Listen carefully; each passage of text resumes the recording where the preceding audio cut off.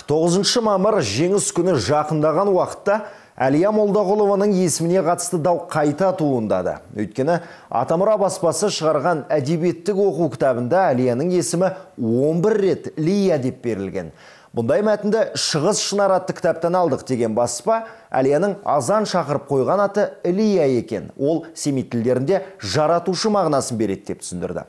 Мектеп оқулықтарындағы өзге де даулы тақырыптарды Жанар Жолтаева біліп көрген еді. Журналист Жұмаш Кенебай немерелерінің оқулығын ақтарып отырып, орыс тілінен тікелей аударылған ұйқассыз ойлар мен шалағай сөздердің өріп жүргеннен налиды. Бұл аздай қазақтың қаһарман қызы Әлия Молдағұлованың есімі де қате жазылған дейді. Қазақ мектебінің 4-ші сыныбына арналған әдебиеттік оқу кітабында жауынгер жайлы жазылған әңгіме Әлия деп басталып, аяғына дейін Лия деп жалғасып кеткен.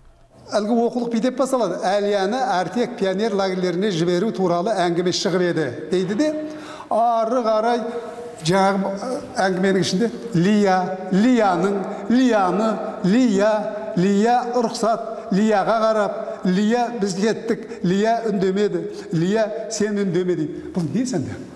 Ол Лия деген, мен білемін, соғыс кезінде орыстың тілі келмегеннен кейін, тіпті қасақана қазақты менсінбегеннен кейін Лия деп атаған.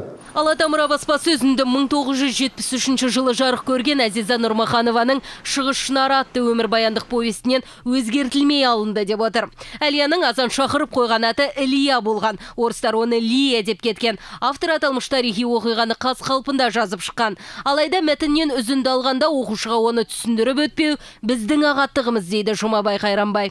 Мен оның Лия екенін бүгінгі күнге дейін білген емеспін.